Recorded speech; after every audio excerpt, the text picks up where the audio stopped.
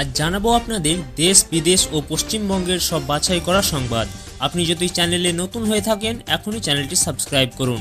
দেখে নিন আজকের সেরা সংবাদ। লাপাতা গ্যাস কেন্দ্রকে কটাক্ষ করে এলপিজির নতুন নাম দিলেন অখিলেশ।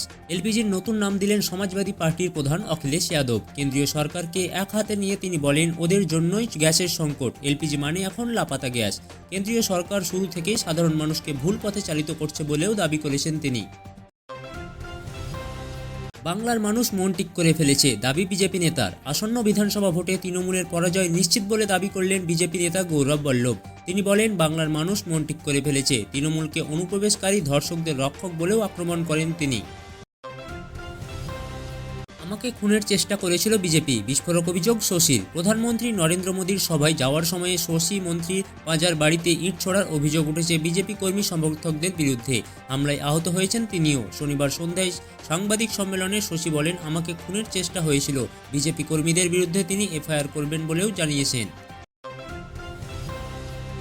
সঠিক দাম না পাওয়ায় আত্মঘাতী আলু চাষি, শোরগোল বর্ধমানে। আত্মঘাতী হলো আলু চাষি, পরিবারের দাবি দাম না পাওয়ার আতঙ্কে এই ঘটনা। মৃতের নাম বুলবুল মণ্ডল, পূর্ব বর্ধমানের রামনগরের ঘটনা। যদিও গলসি 1 ব্লকের বিডিও ইন্দ্রজিৎ মালিক জানান, চাষের জন্য নয়, অন্য কারণেই এই ঘটনা ঘটেছে। আরজিকর হাসপাতালের ঘটনা মানুষ ভুলে যায়নি, উক্তি নরেন্দ্র মোদীর। বাম সরকারের অপহরণ হত্যার সেই সময় কেউ ভুলতে পারেনি। সেই কারণে বাম সরকারকে সরিয়ে অনেক আশা করে তৃণমূলকে নিয়ে এসেছিলেন, তৃণমূলের ওপর ভরসা রেখেছিলেন। তৃণমূল বাম আমলের গুন্ডাকে নিজেদের দলে নিয়েছে। আজ গুন্ডাদের স্বাধীনতা রয়েছে এই বাংলায়, নারী ও শিশুদের ওপরে অত্যাচার হচ্ছে। বিকশিত বাংলা গড়ার ডাক প্রধানমন্ত্রী নরেন্দ্র মোদীর। সড়ক ও রেলপথ যতটা গুরুত্বপূর্ণ, পোর্ট ও জলপথ উন্নয়নের জন্য সমান গুরুত্বপূর্ণ।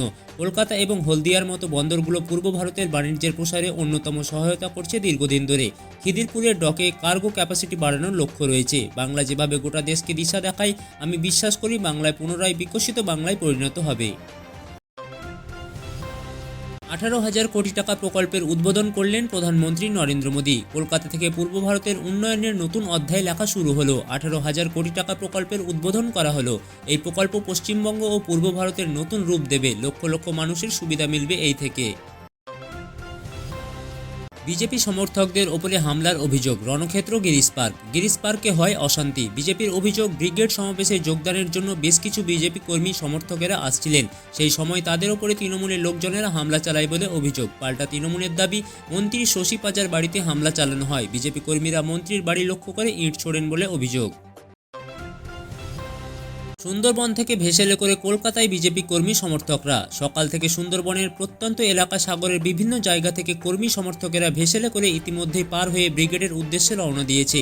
শনিবারই রাজ্যে বিরোধী দলনেতা জানিয়েছেন, ব্রিগেডের আজকে এই সভায় প্রায় 5 লক্ষেরও বেশি মানুষ জমায়েত হবে। আর সেই মতো সকাল থেকে সুন্দরবনের সাগর, নামখানা, পাথর প্রতিমা বিভিন্ন জায়গা থেকে কর্মী সমর্থকেরা ব্রিগেড সভা উদ্দেশ্যে রওনা দিয়েছে। হাড়োয়ায় পথ দুর্ঘটনায় মৃত 2 এবং আশঙ্কাজনক 2। উত্তর 24 পরগনা হাড়োয়া থানার বিগের আড়ি এলাকায় বেপরোয়া গতিতে জেরে মর্মান্তিক পথ দুর্ঘটনায় মৃত্যু হল 2 যুবকের। গুরুতর আহত হয়েছেন আরও 2 জন। ঘটনায় এলাকার শোকের ছায়া নেমে এসেছে। ইঞ্জিন ভ্যানের সঙ্গে বাইকের ধাক্কায় এই দুর্ঘটনা ঘটে। দুর্গাপুর স্টেশন থেকে স্পেশাল ট্রেনে হাওড়ায় বিজেপি কর্মীরা। ব্রিগেডে প্রধানমন্ত্রী নরেন্দ্র মোদীর সভার জন্য দুর্গাপুর স্টেশন থেকে স্পেশাল ট্রেনে হাওড়ার উদ্দেশ্যে রওনা দিল বিজেপি কর্মীরা।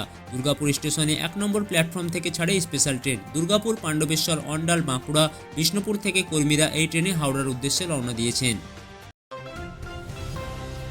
ব্রিগেডগামী বাস আটকে ভাঙচুর, মারধরের অভিযোগ, উত্তেজনা বেলদায়। পশ্চিম মেদিনীপুরের বেলদা থানার পাতলি এলাকার একটি ব্রিগেডে সমাবেশ যাওয়ার পথে বিজেপি সমর্থকদের একটি রিজার্ভ বাসে হামলা চালানোর অভিযোগ।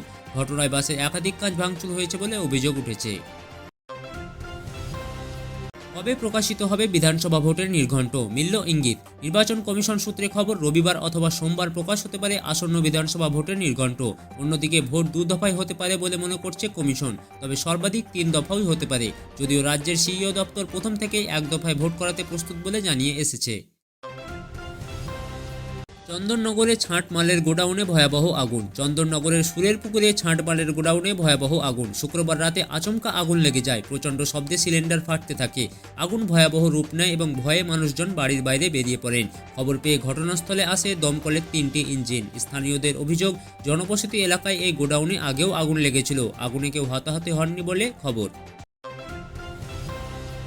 আবারও একাধিক আইএএস বদলি, নির্দেশিকা জারি নবান্নর। প্রশাসনিক সূত্রে খবর, বিভিন্ন জেলায় প্রশাসনিক কাজ আরও গতি আনতে এই বদলির সিদ্ধান্ত নেওয়া হয়েছে।